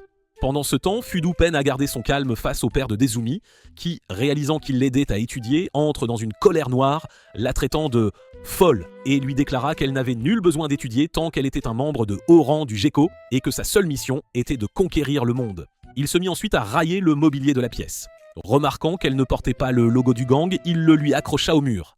Il fut surpris de heurter du pied quelque chose et réalisa qu'il s'agissait d'un tas de figurines de Bossler négligemment éparpillées. Elle expliqua alors qu'elle ne parvenait pas à leur trouver une place adéquate. Il la réprimande sévèrement pour avoir refusé la promotion, lui confiant qu'il a passé sa vie entière comme simple soldat de Baran au sein du groupe et que sa promotion le remplit de fierté. Quand il lui demande la raison de son refus, Fudu intervient, expliquant qu'elle a pris cette décision après une très mûre réflexion. Avant qu'il ne puisse achever sa phrase, il remarqua Yurami debout à ses côtés, qui lui asséna soudain un coup foudroyant le laissant presque sans vie et lui ordonna de ne plus jamais s'immiscer dans les affaires de sa sœur. Pendant ce temps, Desumi s'approcha de lui et lui murmura de ne pas évoquer sa vie de cette manière devant eux. Elle ajouta ensuite que Yurami souffrait d'un complexe de petite sœur. Il réalisa alors sa force et décida de peser ses mots. En voulant se relever, il appuya par mégarde sur le bouton de la télévision et se retrouva à apparaître dans une publicité pour boissons énergisantes, vêtue de son propre costume. Le père, furieux, jura que sa fille allait très bientôt le vider de ses entrailles. Il se tourna ensuite vers Desumi, lui intimant d'arrêter de gaspiller son temps à étudier et de commencer à s'entraîner. Fudu, la voyant désemparée face à son père, se rappela la promesse qu'il s'était faite avant son arrivée et décida de tout mettre en œuvre pour l'aider. Il s'adressa donc à son père, le priant d'autoriser sa fille à s'inscrire à l'université. Yurami se tourna alors vers eux deux, exprimant son sentiment que quelque chose n'allait pas avec sa sœur aînée, car elle n'avait jamais été aussi insouciante auparavant, et l'accusa d'être celui qui l'avait corrompue. Alors qu'elle s'apprêtait à l'attaquer, Desumi intervint et l'arrêta net. Quand elle la regarda droit dans les yeux, Yurami fut si terrifiée qu'elle s'isola aussitôt dans le placard. Fudu, lui, continuait de supplier son père de la laisser aller à l'université. Il lui intima de ne pas s'immiscer dans de telles affaires familiales. Face à son insistance, le père décida de lui donner une sévère leçon. Il enfila l'uniforme de Gecko et le défia en un combat en tête-à-tête. Fudu tenta d'éviter l'affrontement, mais le père se jeta sur lui, ne lui laissant d'autre option que de riposter. Il parvint à le vaincre d'un seul coup. Il fut étonné lorsque le père lui révéla que c'était là l'art de la défaite, la manière de perdre un combat avec une maîtrise parfaite. Fudu lui tendit la main pour l'aider à se relever, se remémorant comment il avait l'habitude de vaincre les membres de gang par le passé. Le père de Desumi réalisa alors que lui aussi était prêt à dédier sa vie à une cause noble et lui prédit un avenir des plus prometteurs. Elle fut surprise qu'il respecte son père et les fait réfléchir à l'université. Avant de partir, il lui demanda de prendre soin de Yurami pour le lendemain. Une fois qu'il fut parti, elle s'excusa auprès de Fudu pour tous les tracas qu'il avait subis ce jour-là à cause de sa famille et lui exprima sa profonde gratitude. Alors qu'il s'apprêtait à partir, elle ne cessait de lui faire des signes de la main, tandis que Yurami l'observait d'en haut, jalouse de la manière dont elle le regardait, et décida de ne jamais accepter sa présence dans sa vie. Yurami se remémora les brimades subies par le passé, lorsqu'elle était seule et incapable de les arrêter en raison de son manque de force. Desumi, elle, intervenait toujours, la sauvant grâce à son aura terrifiante. Desumi lui avait dit qu'elle devait être forte car c'était essentiel pour sa survie, et à partir de ce jour, sa sœur aînée devint son modèle. Le lendemain, elle lança un regard furieux à Desumi, la voyant tenir son téléphone avec un sourire niais. Yurami décida alors de l'accompagner au quartier général de Gecko.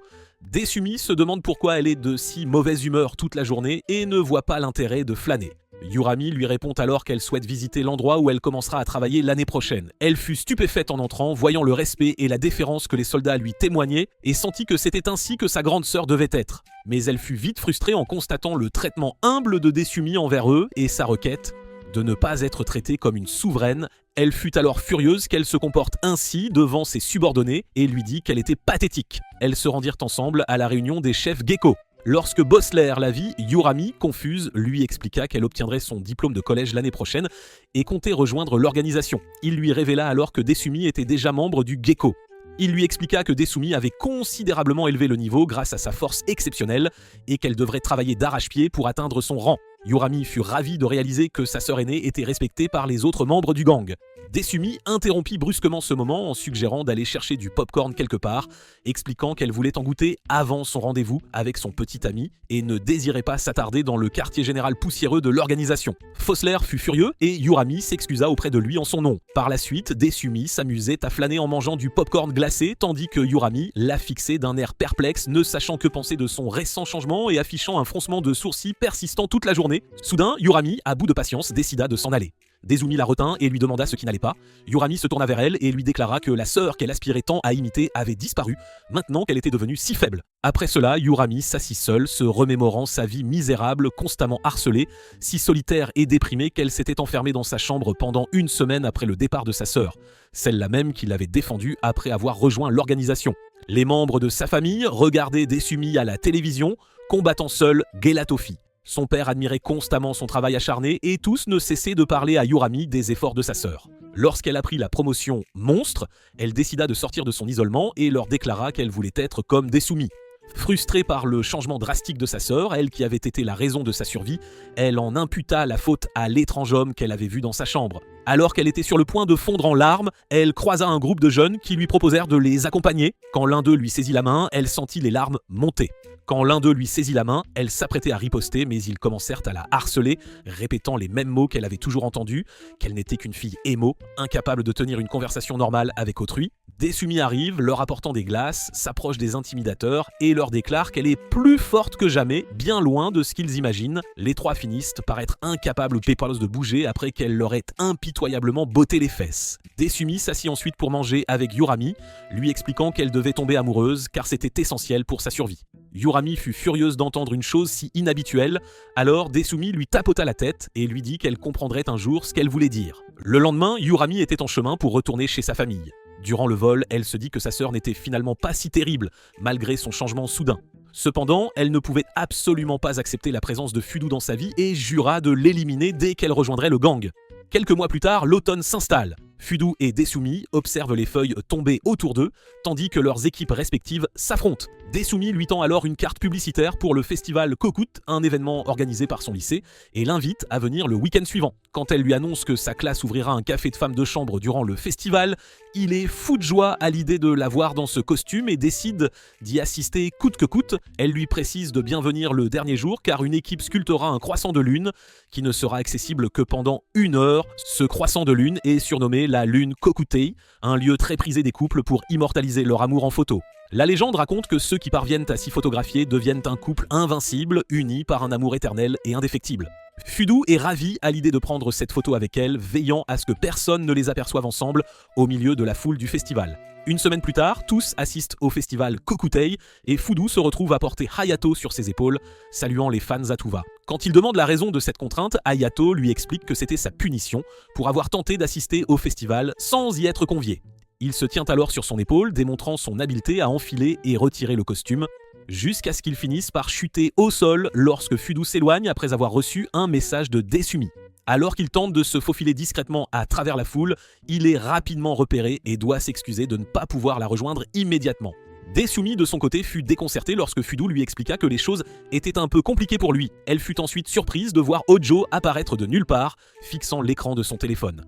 Quand Hojo lui demanda si elle comptait retrouver son petit ami, elle nia et Hojo suggéra alors d'aller ensemble à la lune Kokutei. Desumi, embarrassé, s'enfuit rapidement. De l'autre côté, Kiki tabasse 2 élèves de l'école après les avoir surpris en plein moment romantique, leur rappelant que le but des festivals scolaires est de promouvoir l'esprit d'équipe entre les étudiants et non le flirt call. Après leur départ, Kyoko apparut derrière elle et l'accusa d'être jalouse de sa propre solitude. Kiki, furieuse, lui rétorqua qu'elle ne faisait qu'appliquer les règles et qu'elle ne tolérerait aucun couple ensemble durant le festival. Kyoko décida donc de s'éloigner avec son amant avant qu'elle ne les réprimande. Un groupe d'étudiants costumés se rassembla autour d'eux après avoir confondu l'ours Culveran avec un simple étudiant déguisé en ours. Et après que Kyoko fut partie avec lui, Kiki devint furieuse, souhaitant la mort à tous les couples. Par la suite, Fudo se cacha dans la zone de la maison hantée, après avoir convenu avec Desumi de s'y retrouver. Après avoir paniqué en entendant des voix derrière lui, il découvrit Desumi enfin arrivé et admira son apparence dans son costume de femme de chambre. Elle s'excusa d'avoir causé un tel désordre, mais Fudo lui assura que la voir dans cette tenue en valait amplement la peine. Elle lui offrit alors un dessert du café, le lui tendant à la manière d'une serveuse, ce qui le fit se sentir comme la personne la plus chanceuse qu'il ait jamais rencontrée. Après avoir partagé le dessert, Desumi craignit qu'ils ne puissent pas atteindre leur objectif de prendre une photo seule sur la lune de Kokutei, alors il lui prit la main et lui promit qu'ils y parviendraient coûte que coûte, et qu'ils prendraient 7 photos ensemble pour devenir un couple invincible. Desumi se sentit alors en confiance et décida de rester caché là jusqu'à la fin de la journée, une fois le croissant de lune entièrement sculpté. Mais ils furent rapidement attaqués par Kiki, qui avait repéré leur position, et ils durent s'enfuir. Desumi se sent soulagé après avoir réussi à échapper à Kiki, mais est soudainement frappé par un coup douloureux alors que Hojo se jette violemment sur elle pour lui rappeler leur accord d'aller ensemble à la lune Kokutei. De l'autre côté, Fudo se retrouve dans la section d'études des ovnis et constate que les couples ont déjà commencé à se diriger vers la lune Kokutei. Il doit absolument les rattraper pour qu'ils puissent prendre leurs photos. Hayato apparaît de nulle part et grimpe à nouveau sur ses épaules, le renvoyant à la case départ, tandis que la foule se presse autour d'eux. C'est alors qu'il est annoncé que la lune Kokutei est pleine et ne sera disponible que pendant 1 heure pour les photos. Les couples commencèrent à affluer autour de la lune pour prendre des photos, Fudu et Desumi faisant de leur mieux pour y parvenir à temps. D'autant plus que Desumi avait eu du mal à échapper à Hojo et avait fini par s'enfermer dans l'infirmerie. Desumi demande à Kira, une autre princesse de Sanjeko, de l'aider à empêcher Hojo de la suivre, mais Kira lui répond que le chef serait furieux s'il apprenait qu'elle avait utilisé ses pouvoirs scolaires. Cependant, lorsque Desumi lui promet une poupée en échange, elle ne peut refuser cette offre généreuse, étant secrètement amoureuse de Bossler. Et Desumi réussit finalement à échapper à Hojo, tandis qu'une véritable fusillade éclate entre elle et Kira. Desumi erre à la recherche de Fudu et le découvre humilié par Hayato, qui est assis sur son dos et le traite comme un vulgaire âne. Kiki apparaît derrière elle et lui demande de l'aider à chercher des maris dans les parages. Desumi réalise alors qu'elle n'avait pas du tout conscience d'être dans la maison hantée en compagnie de Fudu. Elle tenta de s'excuser en prétextant des plans, ce qui fit suspecter Kiki d'un intérêt pour les relations amoureuses. Quand Kiki lui demanda sèchement si elle avait un petit ami, Desumi fut surprise de sentir une aura étrange émaner près d'elle. Ses yeux croisèrent alors ceux de Hayato qui avait réussi à la repérer dans la foule, et elle n'eut d'autre choix que de fuir avant qu'il ne puisse l'atteindre. Fudu et Desumi se retrouvèrent enfin seuls, et elle lui dit que c'était leur chance d'aller sur la lune. Quand ils arrivèrent, l'endroit était littéralement bondé de monde. Mais le problème, c'est que tout le monde connaissait l'apparence de Fudu et se presserait autour de lui dès qu'il apparaîtrait. Le superviseur annonça alors qu'il ne restait que 5 minutes avant la fin de l'événement de la lune Kokutei. Ils devaient donc trouver un moyen de traverser la foule et de s'asseoir sur le croissant de lune sans être remarqués. Desumi aperçoit Kyoko près d'elle, réprimandant un homme déguisé en ours, pensant que c'était son petit ami depuis tout ce temps. C'est alors qu'une idée lui vint, chacun enfila son propre costume et ils se dirigèrent vers la lune, juste devant tout le monde. Le plan de Desumi fonctionna à merveille. Tous pensèrent qu'il s'agissait simplement d'un couple costumé car personne ne pouvait croire qu'un membre de Gelato 5 s'entendrait si bien avec la faucheuse. Ils s'assirent ensuite sur la lune pour prendre leurs photos souvenirs ensemble et Fudu sentit que rien n'était impossible lorsqu'ils unissaient de leurs forces. Desumi lui confia que c'était la raison pour laquelle elle les considérait comme un couple invincible et elle était heureuse de pouvoir enfin réaliser son rêve et apparaître avec lui en public sans craindre la réaction de la société environnante. Quelques jours plus tard, l'équipe Gelato 5 livra bataille contre Gecko près du port, mais cette fois c'est Drone Rabbit qui menait l'équipe Gecko, provoquant la destruction totale des armes de Gelato 5, ce qui donna un avantage décisif à son équipe. Pendant ce temps, Desumi déjeunait avec ses amis lorsqu'elle remarqua que l'une des princesses, nommée Ranran, passait toujours son temps seul et accomplissait ses tâches dans un silence absolu. Elle décida donc d'aller lui parler un instant et lui proposa de se joindre à leur table. Cependant, son offre fut rejetée après que Ranran eut enfilé son masque et quitté la salle à manger. Drone Rabbit apparut alors derrière elle pour s'excuser au nom de Ranran, expliquant qu'elle faisait partie de son équipe spécialisée dans les opérations secrètes et l'espionnage, et qu'en raison de sa méthode d'entraînement particulière, elle évitait les relations internes et préférait la solitude. Desumi décida de tenter une approche différente. Alors qu'elle flânait, Ranran apparut devant elle et lui tendit une enveloppe avant de s'éclipser discrètement. Quand Desumi l'ouvrit, elle découvrit une invitation à une réunion spéciale des princesses dans sa chambre de dortoir. Par la suite, toutes les princesses finirent de par attendre l'arrivée de Ranran dans la chambre de Desumi. Kiki exprima son exaspération d'avoir été dupée en tentant de se rapprocher de Ranran et lui assura qu'elle ne se montrerait finalement pas. C'est alors qu'elles furent interrompues par un coup frappé à la porte. Pensant qu'elle était enfin arrivée pour la réunion, elles furent choquées de voir Fudu s'introduire furtivement dans la pièce, mais il n'en tint pas compte et continua d'avancer. Les filles réalisèrent qu'elles étaient attaquées, et alors qu'elles commençaient à le repousser, il s'avéra que Ranran était venu déguisé en Fudu. Ranran fut impressionné par la détermination de Kiki et Kyoko à se battre à tout moment. Lorsque Desumi lui demanda si elle avait déjà révélé son déguisement, elle lui énuméra les différences qu'elle avait remarquées entre elle et le véritable Fudu, lesquelles, fort heureusement, n'étaient que superficielles. Après cela, les filles se sont installées pour déguster le repas que Sumi leur avait concocté. Lorsque Ranran s'est enquise de la réunion, on lui a expliqué qu'il s'agissait d'une rencontre conviviale, destinée à mieux se connaître, et que Desumi avait entièrement orchestré l'événement. Lorsque je lui ai demandé de prendre sa part du repas, elle s'est mise à dévorer des takoyaki, et très vite, tous furent stupéfaits de la voir se retransformer en Fudu, car elle désirait s'exprimer sans contrainte. Elles ont ensuite continué à partager des moments, et Ranran a rapidement réussi à bien s'entendre avec elle. Ranran a questionné Daisumi sur le concept de l'amour, se demandant si c'était une bonne chose pour les jeunes filles. Daisumi lui a alors expliqué que l'amour exerce une influence très positive sur l'âme, procurant un sentiment de bonheur constant. Ranran comprend que Daizumi est éprise de quelqu'un et lorsqu'elle lui demande de qui il s'agit, Daizumi s'embrouille et refuse de lui révéler. Ranran commence alors à se déguiser en divers personnages pour tenter de deviner jusqu'à ce qu'elle reprenne son déguisement de Fudu, ce qui fait rougir Daisumi. Elle a alors entrouvert la porte du balcon, sentant la chaleur de l'embarras irradier de son corps, et a cherché à changer de sujet en offrant un petit présent à Ranran. Elle lui a noué une écharpe autour du cou pour sceller leur nouvelle amitié, puis a offert le même cadeau aux autres, laissant Ranran perplexe quant au véritable sens de l'amitié. Le soir venu, Ranran s'apprêtait à partir tandis que tous les autres dormaient. Mais Daesumi était là, derrière elle, la remerciant chaleureusement pour l'invitation de la journée. Elle lui a confié qu'elle n'avait pas eu l'intention de se lier à elle et avait même songé à partir sur le champ, mais qu'elle avait finalement beaucoup apprécié leur compagnie. Daesumi l'invite à revenir lui rendre visite quand elle le souhaite et est horrifiée lorsque Ranran se métamorphose en Fudao juste avant de quitter la pièce. Le jour suivant, Daesumi était perplexe lors d'un rendez-vous avec Fudao, cherchant à s'assurer qu'elle était bien en compagnie du véritable Fudao. Elle n'a pu s'empêcher de tripoter son visage pour vérifier l'absence de masque, allant jusqu'à déchirer sa chemise pour s'assurer de la réalité de ses muscles, tandis que Fudo restait perplexe face à son étrange comportement. Quelques mois plus tard, l'hiver s'installa. Les deux se retrouvèrent au lac bloqué dans la neige près du mont Takao. Fudo et Daesumi s'assirent, sirotant un café pour se réchauffer. Soudain, il lui annonça avoir enfin achevé l'écriture du livre qu'il brûlait de publier depuis le début de l'année sur le thème « Quel insecte serait le plus puissant s'il était géant ?» Il lui précisa qu'il participerait à une séance de dédicace pour célébrer sa mise en vente dès le lendemain. Le lendemain, Daesumi était assise dans sa salle de classe, rayonnante de joie, après avoir reçu un exemplaire dédicacé et personnalisé du nouveau livre de Futo. Elle annonça à ses camarades qu'elle devait se rendre à une séance de dédicace, mais ils remarquèrent que son visage était tout rouge. Daesumi commence à ressentir des vertiges et s'effondre, mais elle insiste absolument pour se rendre à la séance de dédicace. Coûte que coûte, ses camarades la transportent alors à l'infirmerie, où il est révélé qu'elle a de la fièvre ayant passé la nuit précédente dans un igloo. Kira s'est occupée d'elle et l'a couchée, mais Daesumi, avant de s'endormir, ne pensait qu'à la séance de dédicace de Fudo. Quelque temps après, elle se réveilla, réalisant qu'on l'avait attachée au lit. Kira apparut devant elle et, sans le moindre avertissement, décida de la déshabiller entièrement pour commencer à lui nettoyer le corps avec une serviette humide.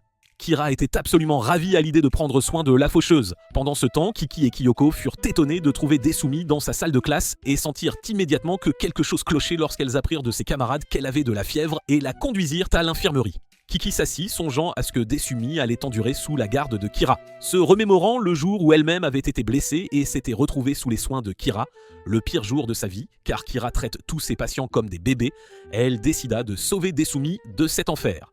Elle élabora un plan, faire semblant d'être malade pour l'approcher et une fois ses défenses baissées, elle la passerait à tabac. Pendant ce temps, Kira commença à traiter Daesumi comme sa propre fille, tandis que Daesumi, elle, s'inquiétait en réalisant que la séance de dédicace était sur le point de débuter. Lorsqu'elle tenta de se lever, Kira la repoussa doucement sur le lit et finit par s'endormir, allongée sur ses jambes. Kira décida alors de lui raconter une histoire pour l'endormir, choisissant celle de Bossler tirée de sa bande dessinée. Une fois Daesumi endormie, Kiki et Kyoko arrivent à l'infirmerie, réalisant qu'il est trop tard pour la sauver. Elles élaborent alors un plan pour attirer Kira. En feignant la maladie, elles finissent par tomber dans la pièce secrète de Kira, dédiée aux soins de ses patients. Le soir, Fudao s'introduit discrètement dans l'école de Daesumi après qu'elle ait manqué sa séance de dédicace. Arrivé à l'infirmerie, il découvre son sac à dos et comprend qu'elle est présente. Mais il est choqué de la voir dormir, vêtue de ses habits de bébé. Lorsqu'elle lui demanda de relire l'histoire, il crut qu'elle souhaitait qu'il lui lise son propre livre. Il passa donc un long moment à lui en faire la lecture intégrale jusqu'à ce qu'elle reprenne conscience. Surprise de le voir à l'infirmerie, elle paniqua aussitôt en réalisant qu'elle portait des vêtements de bébé assise juste devant lui. Elle tenta de lui expliquer qu'elle délirait à cause de la fièvre. Il essaya de s'assurer qu'elle allait bien, mais elle, embarrassée, lui demanda de garder ses distances. Lorsqu'elle l'interrogea sur la séance de dédicace, il, frustré, lui révéla qu'aucun client n'était venu acheter son livre. Daesumi était ravie à l'idée d'être la toute première à obtenir un autographe sur son propre exemplaire. Pendant ce temps, Kiki et Kayuko, victimes des instincts maternels de Kira, s'étaient endormis après qu'elle leur ait raconté l'histoire de la bande dessinée de Bossler. Quelque temps plus tard, Bossler se tenait dans le laboratoire d'essai de l'organisation, exultant à l'idée de sa domination mondiale imminente suite à l'achèvement de sa toute nouvelle arme. Pendant ce temps, Fudao était en rendez-vous avec Daesumi, dégustant les macarons qu'elle avait préparés. Il lui parla ensuite de sa participation à une nouvelle publicité. En lui tendant le synopsis à lire, il la laissa choquée d'apprendre qu'il jouerait le mari d'Anna Hashimoto dans une publicité pour un mariage. Se rappelant qu'Anna avait déclaré lors d'une interview que Futo était son héros préféré des Gelato 5, elle devint furieuse et, avec son aura terrifiante, lui ordonna de refuser ce rôle. Il lui expliqua qu'il était contraint d'accepter, ses coéquipiers ayant tous décliné l'offre. Daesumi maintient son opinion et lui demande de ne pas tourner cette publicité. Fudo l'accuse alors d'égoïsme, ce qui la met en colère et la pousse à s'éloigner. Haru apparaît derrière lui et lui révèle qu'elle a absolument tout entendu. Lorsque Fudo lui demande la raison de son mécontentement, elle l'invite à imaginer que la personne qu'il aime le plus s'apprête à couper le gâteau de mariage avec quelqu'un d'autre. En l'imaginant, Fudo réalise sa propre stupidité de ne pas l'avoir compris, mais Haru lui assure qu'il peut encore tout arranger. Le soir, Fudo supplie le professeur de le dispenser du tournage de la publicité, mais Big Gelato refuse catégoriquement. L'entreprise productrice est en effet l'un des plus grands mécènes de l'équipe, et les fonds de cette publicité permettront de finaliser son arme compacte légendaire, bloquée depuis des mois par manque de moyens et essentielle pour ses futures batailles. Pour instaurer la paix mondiale, Fudo se retrouve face à un dilemme, la paix du monde ou sa relation avec Daesumi. Pour sauver la situation, il décide de confectionner son propre gâteau et de le couper avec Daesumi avant le tournage de la publicité, afin qu'ils partagent ce moment unique pour la toute première fois. Fudo s'efforce pendant 2 jours, mais ses expériences se soldent invariablement par un échec. Pendant ce temps, au quartier général de Gecko, tous remarquent que Daesumi est d'une humeur si exécrable que son aura terrifiante empêche quiconque de rester près d'elle, et ils la soupçonnent d'être assoiffée de sang. Mais en réalité, elle est furieuse que Futo ne l'ait pas contactée depuis leur dernière rencontre. Elle assista ensuite à une réunion d'urgence, Bossler ayant convoqué les chefs de groupe pour leur annoncer la naissance imminente de leur arme la plus puissante, le monstre ultime. Tandis que Bossler planifiait une célébration pour l'événement, Daesumi se rappela que Fudo allait couper un gâteau pour la première fois avec une autre personne et elle fondit en larmes. Bossler réveille alors le monstre ultime et tous sont déçus par son apparence car il ressemble à un bébé géant, les faisant suspecter l'échec de l'expérience. Alors que Bossler croit toujours au succès de son projet, il finit par s'effondrer, terrassé par un coup écrasant du monstre ultime. Alors qu'il tentait de lui parler, alors le monstre ultime projeta un rayon tonitruant faisant exploser tout le quartier général. Ils réalisèrent qu'il était hors de contrôle après s'être envolé. Tous tentèrent de l'arrêter par la force, mais il resta insensible à leurs assauts. Ils continuèrent donc de l'attaquer avec diverses armes pour l'éliminer, mais en vain. Puis le monstre ultime dévora l'ours Culveran s'emparant de ses armes. Ils comprirent alors qu'il fusionnait avec tout ce qu'il ingérait. Futo réussit enfin à confectionner un gâteau, mais fut rapidement découragé lorsque Big Gelato lui annonça qu'il était temps de commencer le tournage. Pendant ce temps, Daesumi, observant le monstre ultime, réalisa qu'il fusionnait avec tout ce qu'il dévorait, imaginant Fudo coupant le gâteau de mariage avec Anna. Kayoko, elle, pleurait la mort de son bien-aimé, dévoré par le monstre. Kiki décida alors qu'il devait le suivre, alors qu'il se dirigeait vers la ville. De son côté, Fudo tenta de joindre Daesumi, mais elle ne répondait pas. Le réalisateur insistait pour commencer le tournage de la publicité, sans tarder, ne pouvant plus le retenir. Fudo devint alors très nerveux devant le gâteau de mariage qu'il s'apprêtait à couper avec Anna. Futo ne pouvait se résoudre à faire quoi que ce soit qui briserait le cœur de sa petite amie. Il jeta le couteau à terre et c'est alors que le plateau fut soudainement attaqué par le monstre ultime. Celui-ci sema le chaos dans toute la ville, tandis que la nouvelle se propageait dans les médias. Daesumi fut choqué d'apprendre que le lieu attaqué était précisément celui où Fudo tournait la publicité. Pendant ce temps, Fudo se tenait face au monstre ultime, ayant réalisé qu'il s'agissait de la nouvelle arme de Gecko. Mais il s'effondra aussitôt en voyant que le gâteau qu'il avait préparé pour Daesumi était entièrement détruit. À l'arrivée des autres membres de Gelato 5, ils enfilèrent de leur combinaison, prêts à affronter leur plus grand ennemi. Ils se ruèrent sur lui, le frappant sans relâche. Bien qu'ils ne subissent aucun dommage et riposte, l'équipe parvint finalement à le terrasser. En contrepartie, tout le bâtiment s'effondra, les blessant, tandis que le monstre ultime restait, lui, toujours debout. L'équipe de Gecko arrive sur les lieux et les Gelato 5 pensent de devoir affronter de nouveaux ennemis. Mais rapidement, Kiki et Kayoko l'attaquent. Il parvient cependant à se libérer et dévore Kayoko sous les yeux de Kiki, puis après avoir absorbé son pouvoir, il immobilise Kiki. Puis il remarqua le gâteau de mariage à proximité et commença à le dévorer, indifférent au malheur qu'il provoquait, jusqu'à devenir plus grand et plus terrifiant qu'auparavant. De l'autre côté, Daesumi s'approcha discrètement de Fudo et fut choqué de voir leur nom inscrit sur un gâteau éparpillé, réalisant qu'il en avait fait un spécialement pour eux. Fudo reçoit un appel de Big Gelato, l'informant qu'ils devront recourir à sa nouvelle arme légendaire. Bien qu'elle n'ait pas été testée de manière adéquate, elle sera sans aucun doute d'une aide précieuse pour vaincre le monstre ultime. Lorsqu'il ordonne à tous de combiner leurs armes, Fudo se retrouve avec l'arme légendaire à 5 membres. Cependant, le monstre prend rapidement le contrôle de tous, sauf Fudo, qui, gravement blessé à l'épaule, ne peut plus tenir son arme. Il est alors surpris de voir Daesumi apparaître à ses côtés pour l'aider à la maintenir. Personne ne pouvait croire que 2 individus, considérés comme des ennemis jurés, aient décidé d'unir leurs forces pour éliminer cette menace pour l'humanité. Daesumi s'excusa alors auprès de lui pour son comportement égoïste, craignant que cela ne le pousse à la haïr.